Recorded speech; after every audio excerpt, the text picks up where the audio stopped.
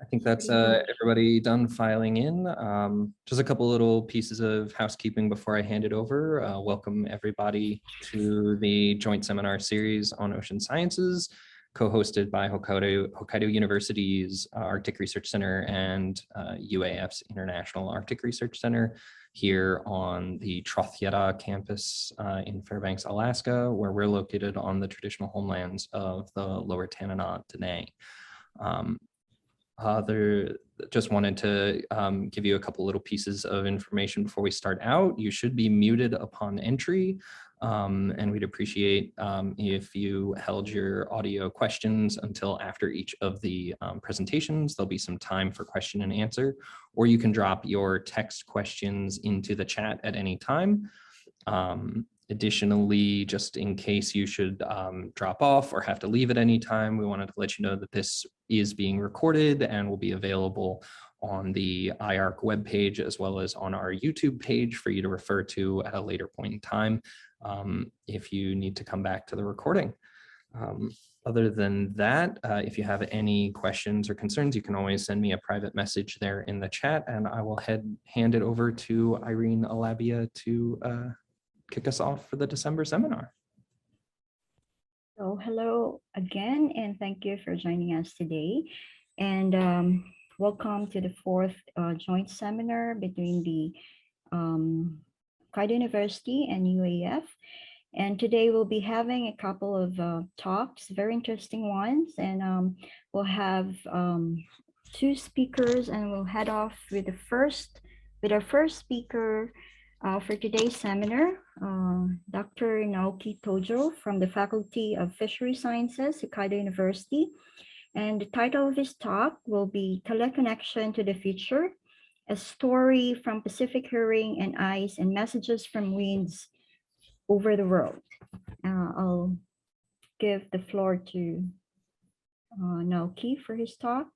Yes, thank you very much. Thank you very much for the great introduction. So let me share my screen. Okay.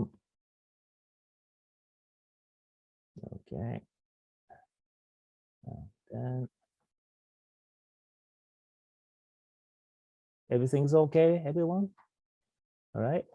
All right. Great. Thank you. Okay. Hi. Hello, everyone. This is my honor to be here.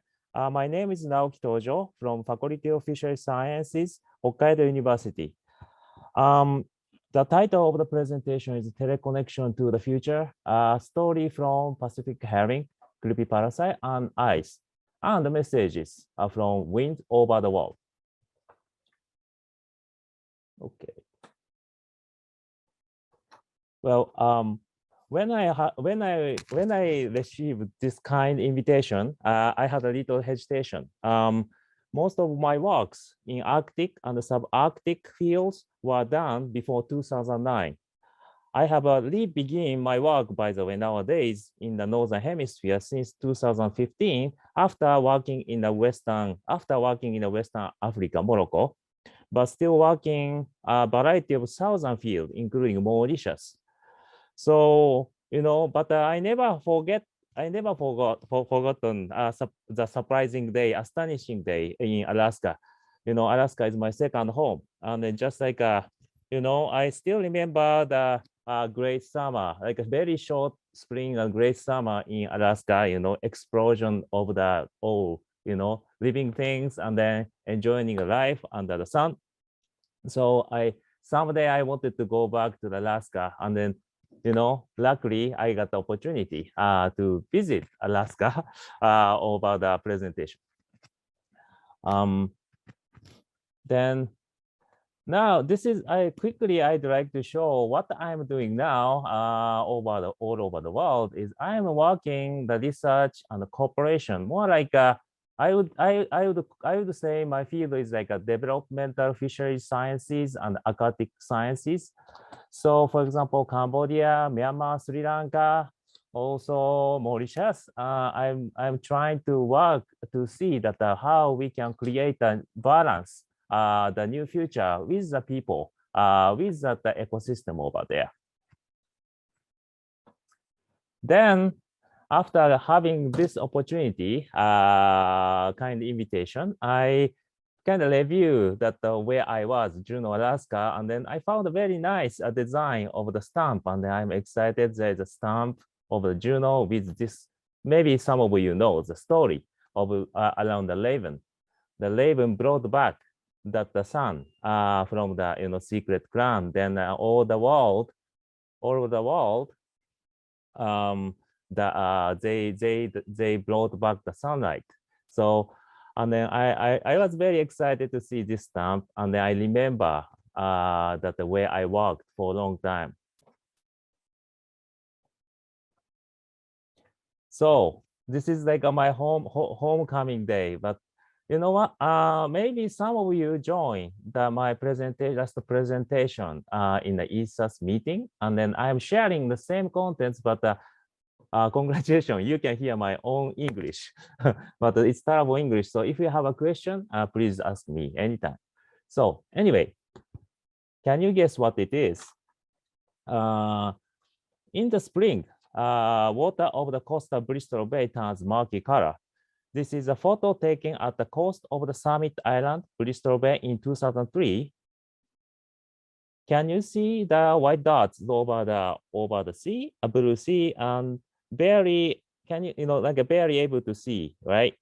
So they are the seabirds, The photo was taken in an aerial survey conducted pretty much every sunny day in the season of the herring run. The white murky color is the milk of the herring, so male excited, and then, that they release the milk, the female excited, and they begin to spawn. So this is a very exciting view from the sea every time in the survey.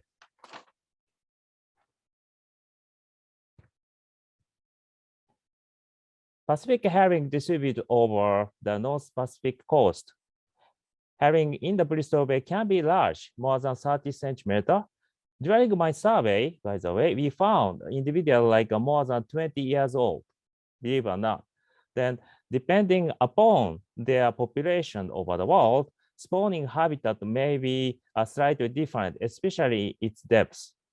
So where I surveyed Togiak, northern Bristol Bay, the herring were basically the shallow spawners. Some of them do some deep spawning, but basically shallow spawners. So as you see here, they change the color, not exactly bluish, right? It's like a rainbow color. So it is amazing if you see them. I said more than 20 years old individual was found in the Bristol Bay. Imagine the fish come back the shore more than 15 times in its lifetime. So 25 years old individual was in the sample, and maybe some of you might be younger than them. So eggs of herring attached to the vegetations or substrate as another photo. So the photo was not from Togiak though, it was from Sitka. In Togiak, Bristol Bay, eggs are generally attached to the fucus species, as you see.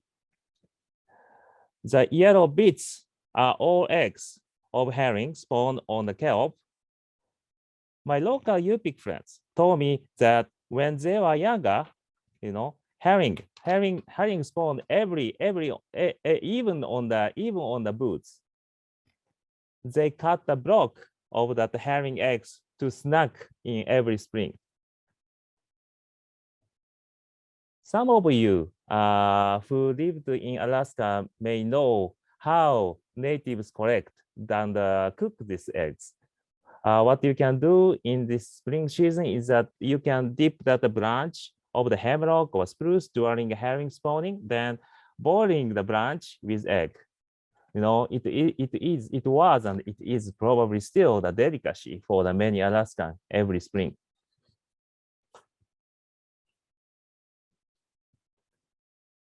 The significance is not just eating for us, eating for everyone. And then, herring are not only beautiful, but also the very, very significant for the people's life. So Since native residents habituated here, it has been the first protein source after a long and harsh winter. Residents along the coast uses looks similar way to dry the herring to preserve as the photo. When I was in the area, Yupik friends treated me with them, often with seal fat.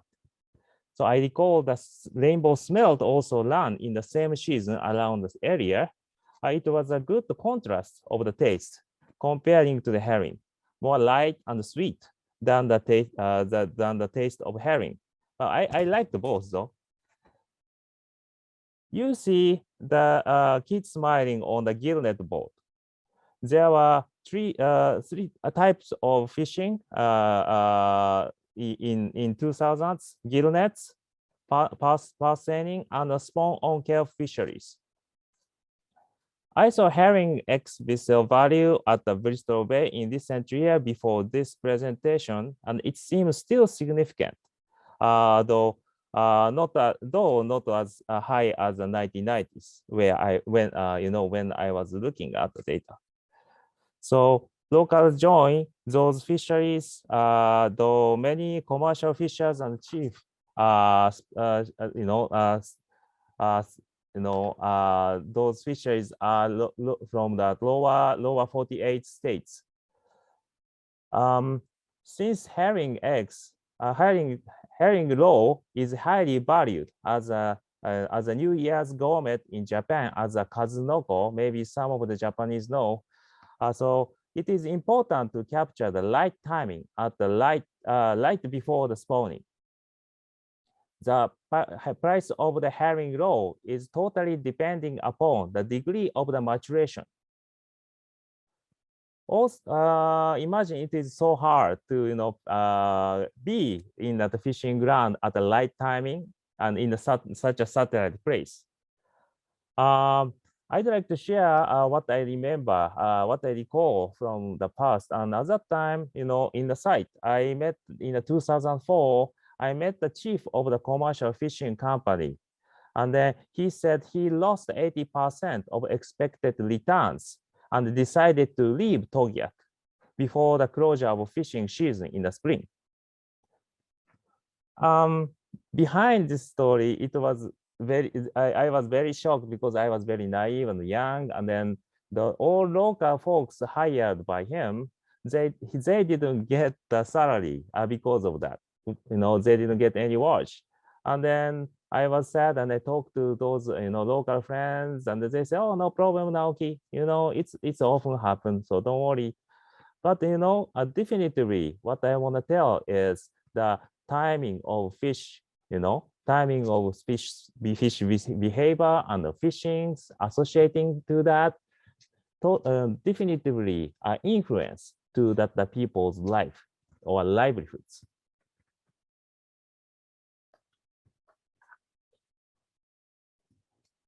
Some of my local friends are people called Yupik, some same linguistic group in the area.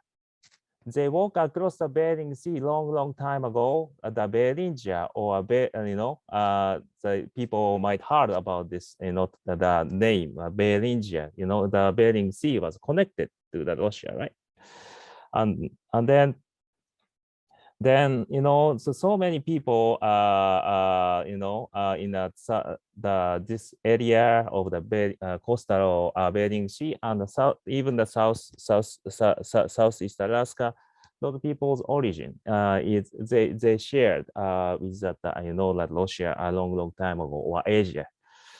So there are some other tribes, not some other people, not only the Yupik Togiak tribe. They are also one of the Native American tribes. Yupik later Yupik crossed the Bering Sea, but beforehand those Native American crossed the sea. Crossed the Bering Sea. So there are you can see the two a group of people on the site where I worked. When I was over there, I was thought I was thought originally one of the Yupik residents by locals because sounded like my face looked like a local over there. So they try to communicate in their language sometimes. So I unfortunately I could not speak in their language, but it was very very unforgettable moments for me and the unforgettable history of my life. Then they share me that a lot of information about how they use and how they relate to the herring. Japanese folks called herring as a harutsugeo. In the Nishin is a translation, but harutsugeo we spell out as a harutsugeo. It means like the spring teller. So for Japanese, that herring is definitely the fish bring the messenger from the sea, bringing that spring.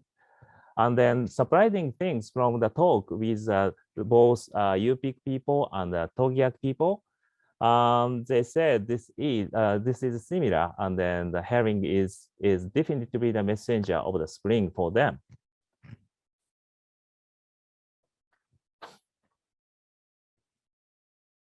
Herring spawning variability. This is a graph from 1977 to the 2005. 2005. Very a little bit old for some of you, but you can see more than 20 days of the interannual variability. So imagine, like as I explained, for the livelihoods and people who come for the fishing from a satellite place, this timing is trouble. So nobody know when that they gonna spawn or not. And even though nowadays Alaska Department of Fish and Game has a model, but at that time the model was not as good as now.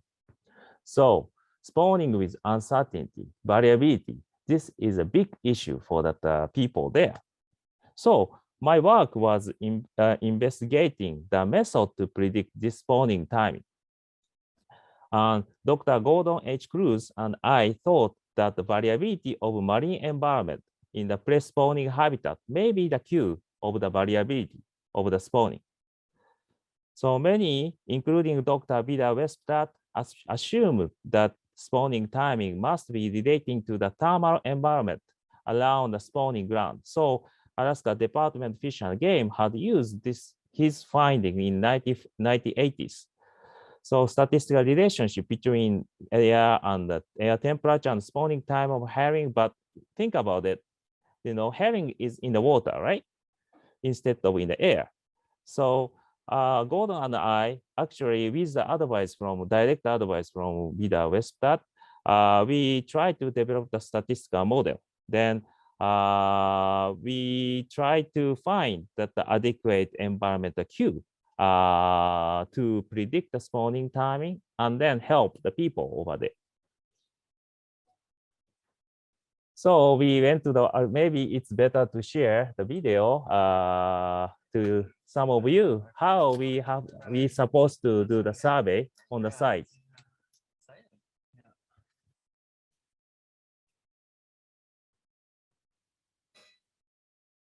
Sorry about the music. If there's a problem, tell me.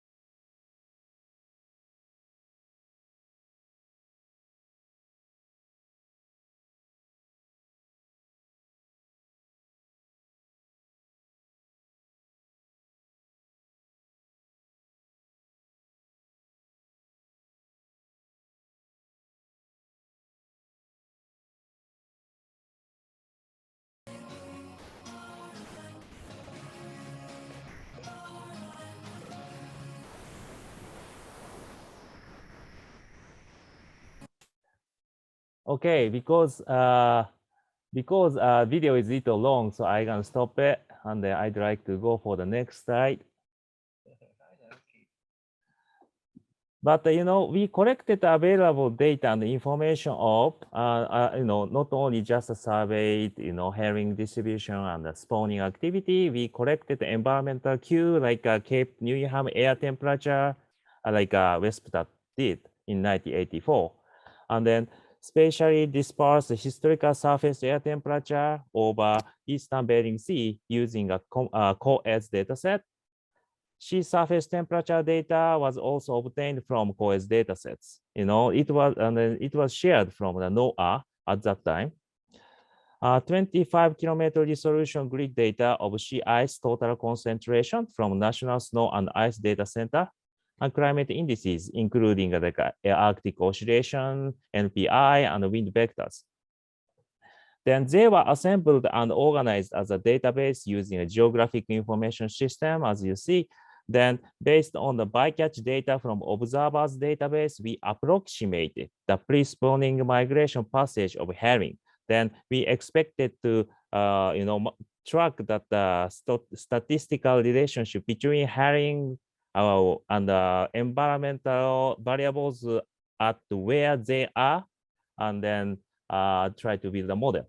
But as a subproduct, what we found was look at that. We found in the right-hand side, you can the right-hand side upper panel was originally how the herring moved, and then what we found as actual variability of even the migration passage depend on the environmental scenario. And then as a result, what we found was sea ice total concentration along the pre-spawning migration passage and near spawning site air temperature that represent local thermodynamics at the spawning site. They are the most adequate variables to predict the spawning timing of herring. So this is what I'm showing the model result and the model structure. You can read very little small, but I show the variable, two variable how the parameter is. Then maybe some of you said, "Hey, Naoki, seems like you directly use that the natural environmental variable directly instead of like like a factor analysis and so on. Why didn't you do that multivariate, more sophisticated way or so on?" You know what? I already did, and at that time, and I was proudly showing that result to the Gordon. Then it was only one time I saw his little nervous face. He was little strictly tried to taught me, and then I still remember what he told. Naoki, so do you wanna do that the comprehensive analysis or factor analysis every time? And do you think that the on-site fishers or managers gonna use that model and then refresh the data every time? That question was very striking, and I still remember and keep that in my mind. He said, for people there, we are doing that this survey. Of course, it is great to see those scientific insight based on our imagination, because science is cool. On the other hand, we also don't want to forget we are the human, and the people like us is on site and having trouble with the uncertainty. So still, this is a very important word for people there. I still remember, and I'm using this as a work, concept to do my work everywhere. So young Tojo at that time talked to the local friends with a proudful smile and then findings, and then try to present what I found to my UP friends, Toget friends, so on site. Please see the grayscale figures. Basically, if in the spring, if the core of that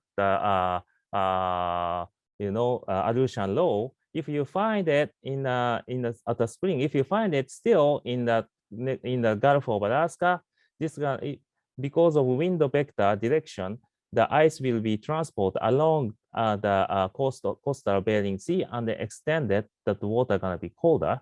And then over there, upper side, and you can see the core is on the Aleutian Island.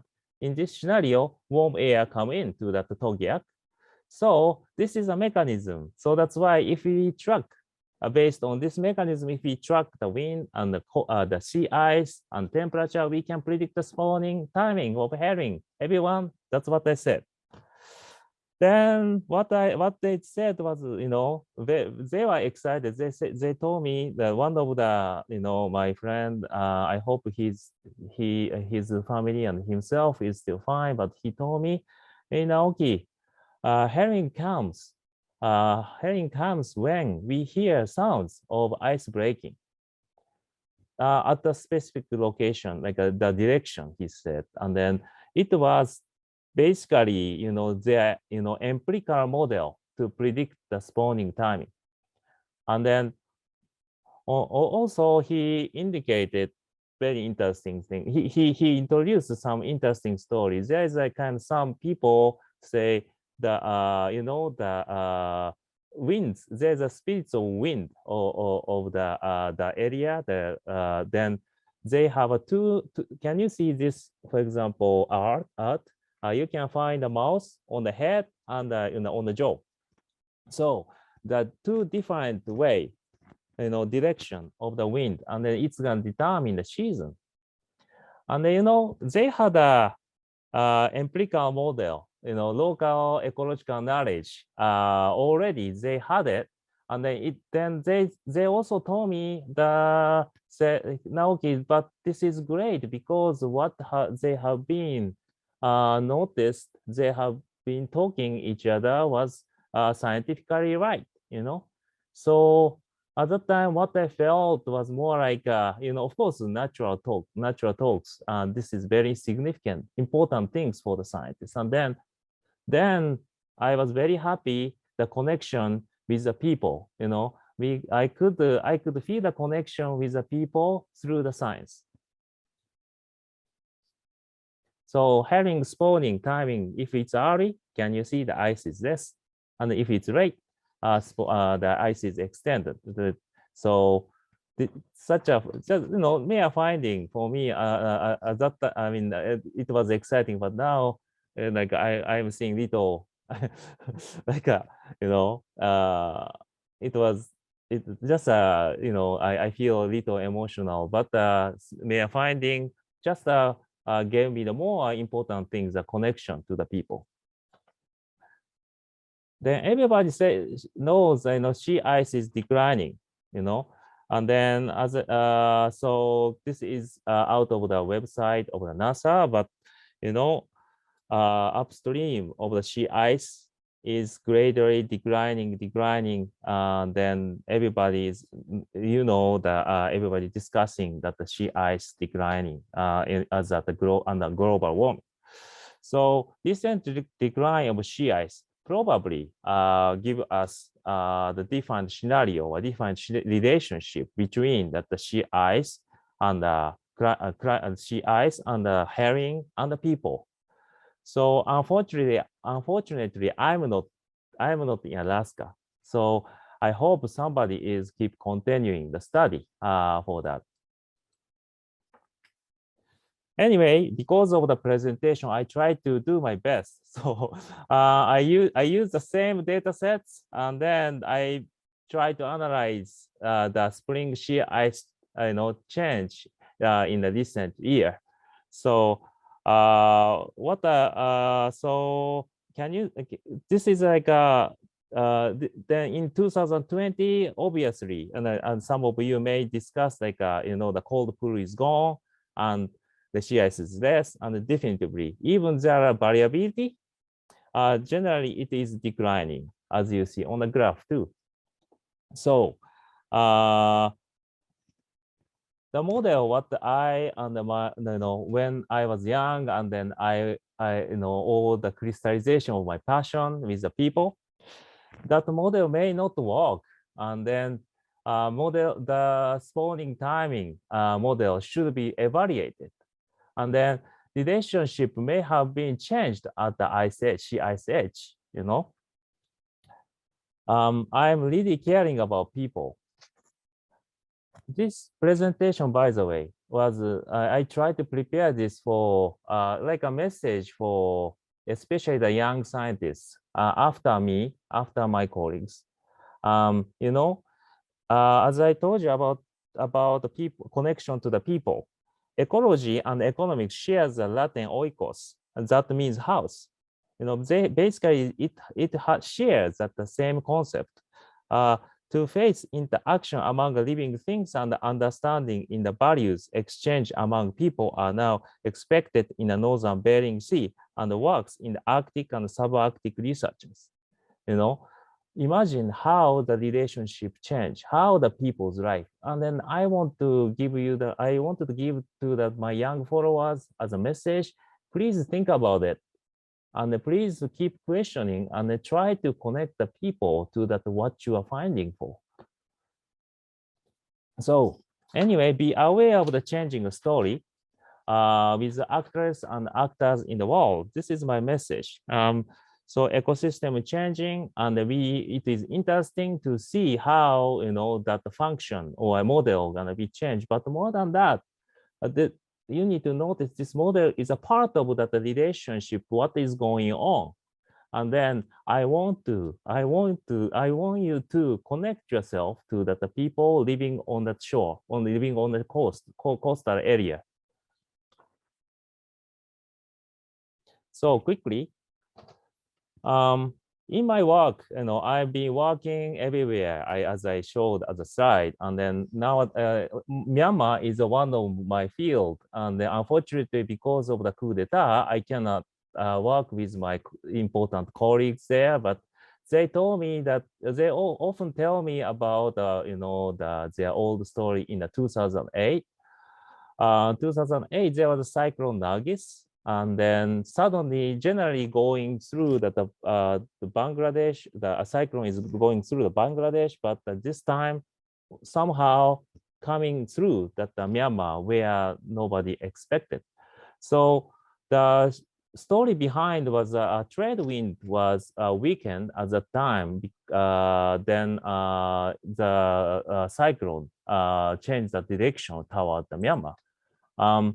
In 2000, people already found found that not already, but the people found that there are very unique climate regime and atmospheric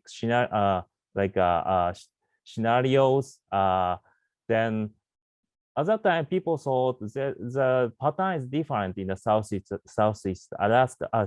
Southeast Asia, but as you see in a recent study, there's some teleconnection in certain level between the Arctic climate, subarctic climate, and the North Pacific, and the tropical climate.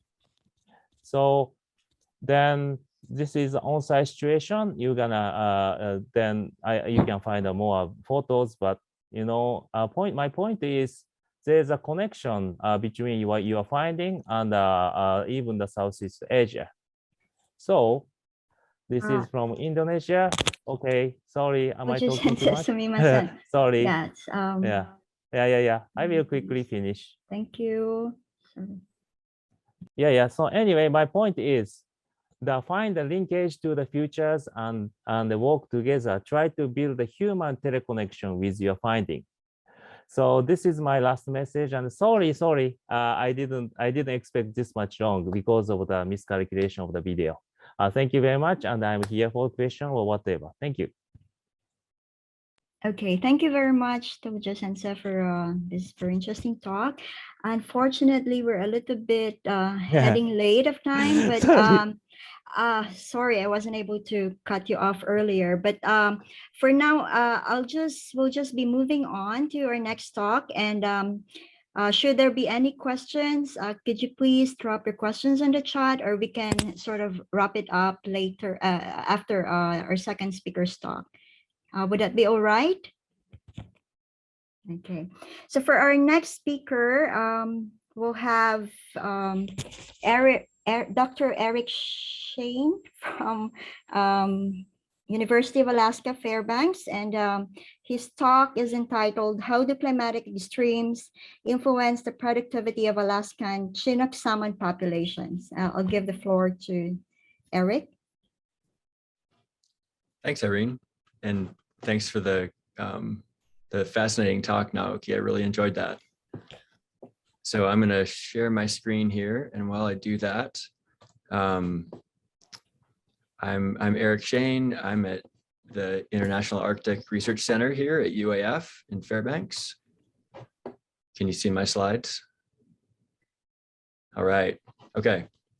And today I'll be talking about Chinook salmon in Alaska, otherwise known as king salmon. And first, I just wanted to start, since this is an international symposium, big picture. Overall, Pacific salmon abundance throughout the North Pacific is near historic highs. That's counting all species. This is mostly driven by pink and chum, and to a lesser extent, sockeye salmon. And in particular, over the last year in Alaska, this last fishing season was near the top in the historical records as far as the number of fish caught, their biomass, and their value. So in some ways, some people are doing really well who depend on fishing. However, this certainly isn't universal. So prolonged Chinook salmon declines, king salmon declines throughout the North Pacific, including in Alaska, have had devastating impacts on fishing communities. And this is perhaps nowhere felt more strongly than in the Arctic Yukon-Kuskokwim region of subarctic Alaska. So this picture here shows residents of Stevens Village along the middle Yukon River going out moose hunting after their fishing season was completely shut down. They weren't able to fish for Chinook or chum salmon, which is just truly devastating to as far as being able to collect food, as far as food security, as far as passing on cultural values to their kids, as far as with chum salmon being able to feed dog teams. So this is a huge problem. These Chinook salmon declines have been going on for over a decade now. It's been prolonged. But on the Yukon, the chum salmon runs completely collapsed over the last 2 years. So that's really, it's been a 1-2 punch that's had a really big impact on people. So Chinook salmon, of course, are anadromous. So the adults, if they can make it through the gauntlet of fisheries from the ocean, swimming their way upriver, up into their natal stream, then they may be able to spawn and their eggs get deposited in the gravel. If their eggs can survive through the fall and the winter, then the juveniles emerge the following spring. This is a little juvenile Chinook salmon in the Chena River, just about half an hour drive here from where I sit in Fairbanks. And these little fish have a pretty tough job. They have to be able to feed. They have to basically pick tiny bugs out of the moving water without getting eaten. If they do a really good job of that, they might survive to swim downstream to the ocean. And in the ocean, they're going to face a similar challenge. These fish are foraging on herring. So herring's an important food for Chinook. They eat a number of other things, and they have to, again, eat a bunch to grow fast enough to mature before they get eaten by a shark or a killer whale or a sea lion. And all of these different environments, the environmental conditions in each of these environments affects the productivity of these populations. So to really understand what's driving Chinook salmon declines, we have to consider this whole life cycle. And I realize this is a coho salmon in this picture. I just love this picture, so bear with me there. But the conditions that could influence the ups and downs of salmon returns include the marine climate, food web changes in the ocean, competition with hatchery salmon in the open ocean, or fishing and bycatch. There are also a bunch of freshwater conditions that could influence these populations, including climatic conditions and watersheds, food webs, again, invasive species, and habitat alteration. And it's been known for a long time that salmon population productivity fluctuates in association with large-scale climate patterns, like the Pacific Decadal Oscillation or sea surface temperature, or the North Pacific Gyre Oscillation. So we know this. This explains some of the ups and downs in salmon populations and in Chinook in particular. However, the influence of local conditions and watersheds has been not as well understood. And it's been hard to study these effects, especially in systems like Alaska, where we don't have a very dense network of monitoring sites set up to monitor things like flow and temperature. So to be able to understand how these local watershed scale climatic factors affect salmon populations, we have to consider this concept that regional climatic signals are filtered by the landscape. So this is a cartoon of an Alaskan salmon landscape. And in the past, the best you could do was use regional climate as a proxy for what's happening in the actual streams where salmon live. So folks might collect air temperature and precipitation data from an airport weather station that was in the neighborhood of a river of interest, and then basically assume that airport weather station, you can apply that to the streams in the area, and that's going to be a reasonable proxy. However, we know watersheds respond differently to these regional climate signals. So a lowland, serpentine, flat stream flowing through wetlands might warm up quite a bit more on a hot summer day than, say, a high mountain tributary that's draining snow and ice. And a big glacially influenced main stem river might respond yet differently. So to detect the effects of freshwater conditions on these populations, we may need to quantify those conditions at the relevant local scales that actually affect fish. So first today, I'm going to present results from a paper that my colleagues and I published last summer in Global Change Biology. And here we were asking this question: how have climatic conditions influenced Chinook salmon declines in South Central Alaska? And here we were focused on the Cook Inlet region, which surrounds the city of Anchorage. This paper is available open access, and there's a video abstract you can check out if you'd like. And here what we did was we looked at 15 Chinook salmon populations in this Cook Inlet region. You can see where this is in Alaska in the inset map there. And these populations ranged in completely different types of rivers. So some of these rivers were swampy and flat and warm. Some were high up in the mountains and cold and snow-fed. Some were big main stem rivers. So, and some were little tiny creeks. One flows right through the city of Anchorage. So completely different as far as hydrology, landscape. So we expected these rivers to respond differently to these regional climate drivers.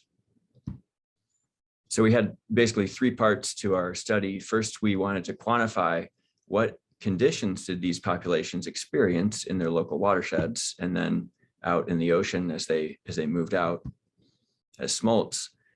Second, how has the productivity of each population changed over time?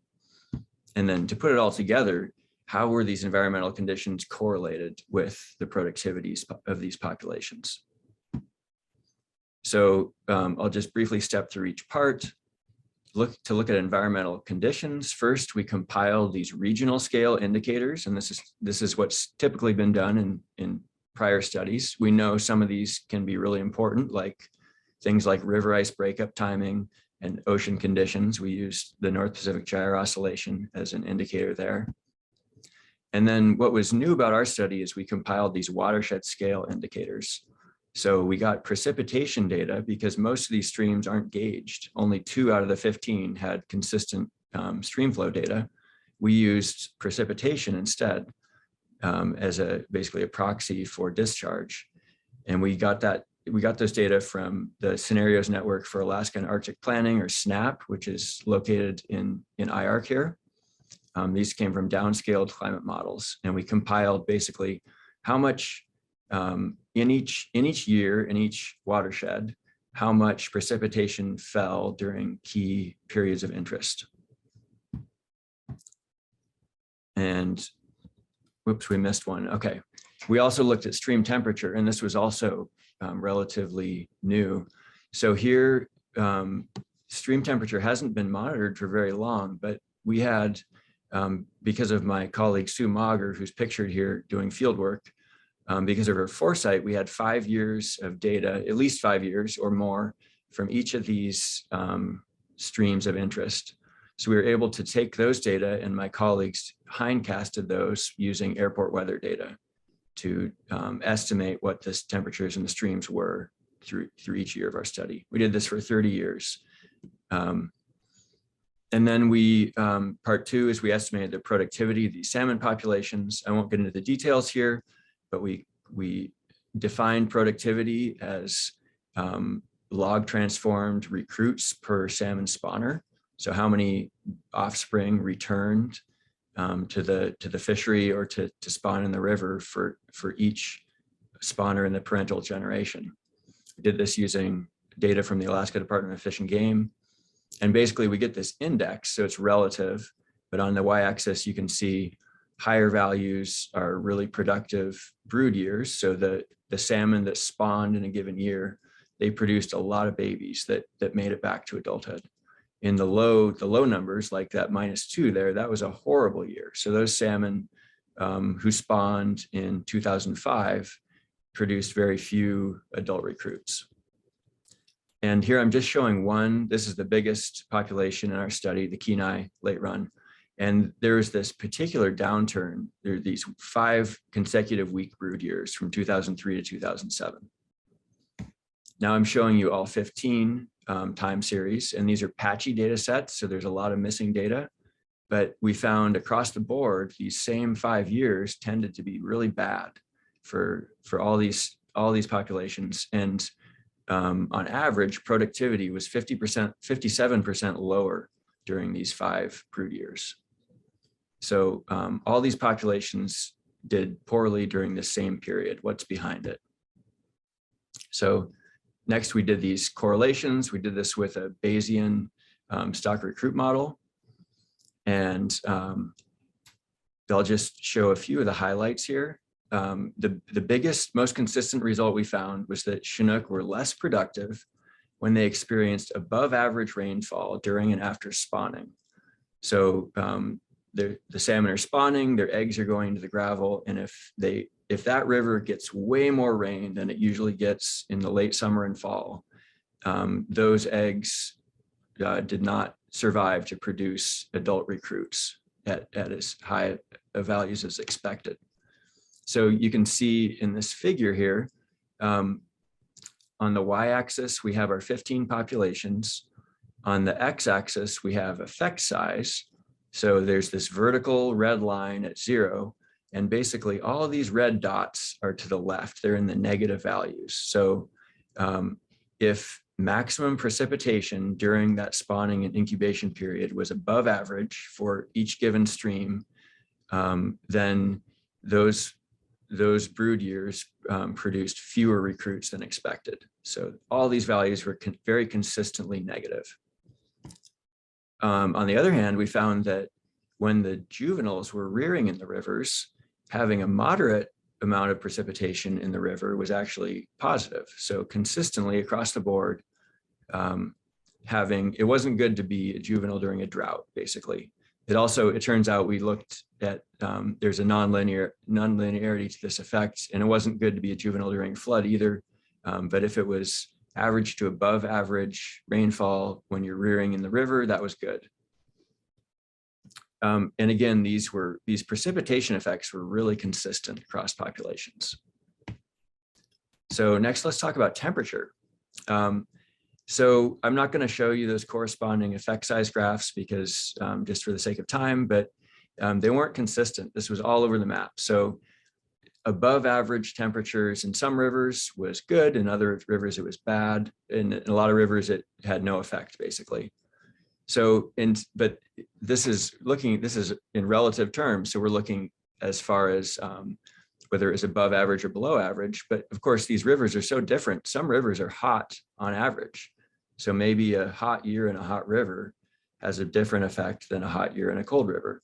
So we replotted our data, and we looked at through a post hoc graphical analysis to actually plot the data as far as degrees C, so absolute temperature. So here I've plotted just the warmest river, and you can see that there's a trend for when the temperature during the spawning period was hot, when it was warmer in that warmest river, those brood years were less productive. So hot years and hot rivers were bad. On the other hand, our coldest river, which is way up in the Alaska range, there was a slight trend towards favorable productivity in a warm year. And when we plotted all 15 of our populations, so each dot here represents one population in 1 year, we found this nonlinear effect. So this is the black line with the gray band is a local regression fit.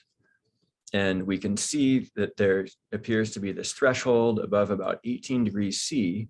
If temperatures exceeded about 18 degrees C for more than a week during the spawning phase, that led to reduced productivity. We found similar results during juvenile rearing. So here, again, the temperature can be important, but it depends on which river you're in. So totally different than the precipitation results. And we found, I won't show you the ocean conditions results or some of the other ones, but we found, again, very highly variable effects of the North Pacific gyre oscillation on these populations. And here's where I would always say, now there's a caveat. We're looking at correlations. That's not the same as causation. And we need good field research to investigate the mechanisms here. And interestingly enough, about a month after we published this paper, our colleagues led by Vanessa von Biela at the USGS published a paper using completely different methods. This was a field study. They looked at gene transcription and heat shock proteins in Chinook salmon that they caught in the Yukon River. And they found remarkably similar results. So they found that temperatures above 18 degrees C during the spawning migration caused heat stress for Chinook salmon. And again, these are different populations. It's still the same species, still Chinook. It's in a different part of Alaska, and they use completely different methods, but both studies really pinned in on this threshold at 18 degrees C. And this matches what we see in the literature from the lower 48 or southern portions of the United States. So there appears to be something going on here with these temperatures above 18 degrees C. And despite what you might think, the Yukon River is north, it's quite far north, but it gets pretty hot there. The Yukon is actually almost as hot as the Fraser River, which flows through Vancouver, BC. So these temperatures, these stressful temperatures are already occurring in most years in the Yukon. So conclusions from this Cook Inlet study, adverse freshwater conditions were associated with declines of Chinook in the Cook Inlet region. There are other factors that are clearly important that we didn't investigate here. And basically there were these 5 consecutive years of heavy fall rains and hot, dry summers that likely contributed to these poor declines in a fisheries disaster. And we think this has implications for other regions. So trying to quantify these watershed scale conditions seems to be valuable. It was valuable in this study. Let's try this in other places. So we're excited to be starting up a new study, a bigger study now. Some of my colleagues from who collaborated on the Cook Inlet study, Curry Cunningham and Becky Shaftel are the co-PIs. And we're thrilled to have recruited postdoc Megan Feddern, who just finished her PhD at the University of Washington, and she'll be helping to lead this study. And Curry Cunningham, in his own postdoctoral work, he looked into these drivers of Chinook populations in two really well-studied streams, the Chena and the Salcha River, which are right here near Fairbanks. And he did some seminal work identifying what's driving these two populations. So what we're going to do is we're going to build on that, but we're going to look more broadly across up to 30 populations. And again, the data are patchy, so we're going to have to use some advanced Bayesian stats to be able to deal with the patchy data sets.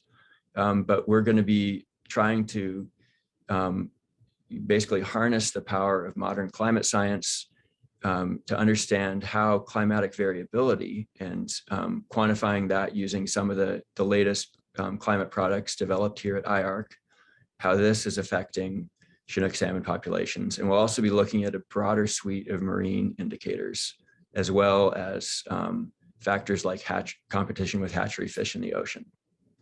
So we're excited to be starting this up. But so what? So we do these population studies, we find these associations. How does that help anybody? How does that help people who need to catch Chinook salmon for their livelihoods and for their culture? So there's actually things that we can do to help Chinook adapt to these changing conditions. So if heavy rains are limiting in areas with human development, we could replace failed culverts. We could restore wetlands that can act as a sponge and soak up those heavy fall rains. And in urban areas, we could use green stormwater infrastructure to avoid those rains pouring straight into the rivers and spawning the gravel spawning beds. On the other hand, if high temperatures are limiting, we could do things like restore riparian vegetation or identify cold upwelling areas and conserve those for salmon to be able to duck into during a really hot period. And I'm pointing one out here. This was identified using aerial thermal imagery on the Anchor River. And oftentimes we think there's not much we can do about ocean conditions. However, there's a lot of evidence now that we have reached carrying capacity in the ocean for salmon. Like I said at the beginning, salmon, the total abundance, total biomass of salmon in the North Pacific is at historic highs, and it has been for a couple of decades. And there's evidence that there's only so much food out there. So hatchery production, producing more salmon, so about 40% of the biomass of salmon in the North Pacific comes from hatcheries. That likely has trade-offs as far as wild salmon production. So if ocean climate and competition are limiting or co-limiting, it would, one possibility here, if we want to improve that, is to consider these trade-offs. And these trade-offs may be exacerbated by ocean heat waves that basically ramp up the metabolisms of these fish and require them to eat more. And since this is an Alaskan and Japanese symposium, I just wanted to note that the top producers of hatchery salmon in the North Pacific are Alaska and Japan. So together, Alaska produces more than half of the pink and sockeye hatchery fish, and Japan produces about 60% of the hatchery chum. So together, we have a huge influence over that total salmon biomass and that competitive pressure in the ocean. So this is something that I think is certainly worth consideration. And I think we're out of time, so I won't go into other ongoing work, but I'll thank you for coming, and I'd be happy to take any questions if we have time. Okay, thank you, Eric, for the very interesting talk. And unfortunately, we're almost at 11. Sorry, it's 11:01 here. But if people would still be willing to stay for another 5 minutes, just if they have some quick, maybe one quick question for each of our speakers, let's just go ahead.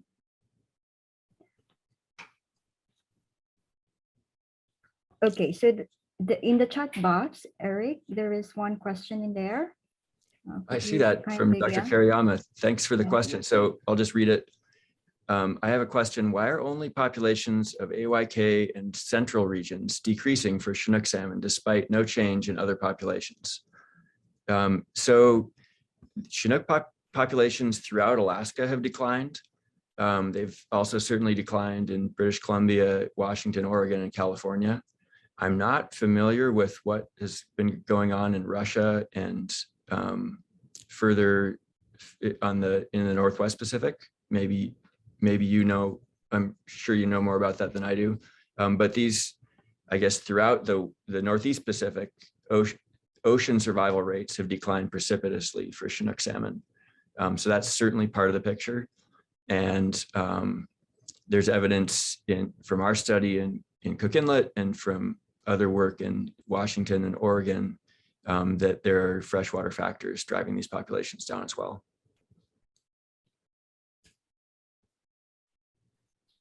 I'm okay for question. I am Masahide Kairiyama.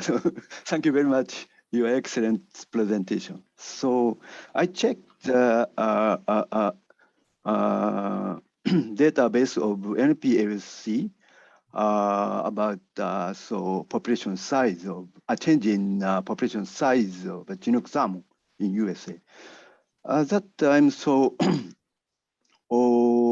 since the late 2000s, so only I think only Arctic Yukon, Cosmic Queen, and central region Chinook salmon or showed to decrease trend. However, so where is this one? Southeast and WOC population of Chinook salmon did not show the decreased trend since 2010. This data is only about commercial catch. And then so I think about it. Interesting. That's yeah, I'd like to, maybe we can chat further online about that. I guess my guess might be that commercial catch was already very low in, say, in British Columbia and Washington, Oregon, and California. So it didn't have much farther to decline after 2010. But yeah, I'd be interested in hearing more about that. And also, I think I heard about overfishing in the Yukon River for Chinook salmon.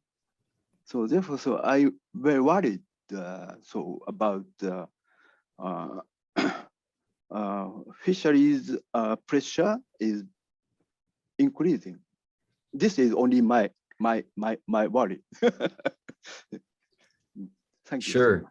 Yeah, I guess to address fishing pressure in the Yukon, there has been no commercial fishing for Yukon Chinook for about 20 years. And there's been some subsistence harvest, except the last 2 years it was completely shut down.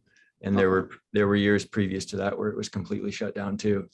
And even in some of those years with zero fishing, still the productivity of the population was very low.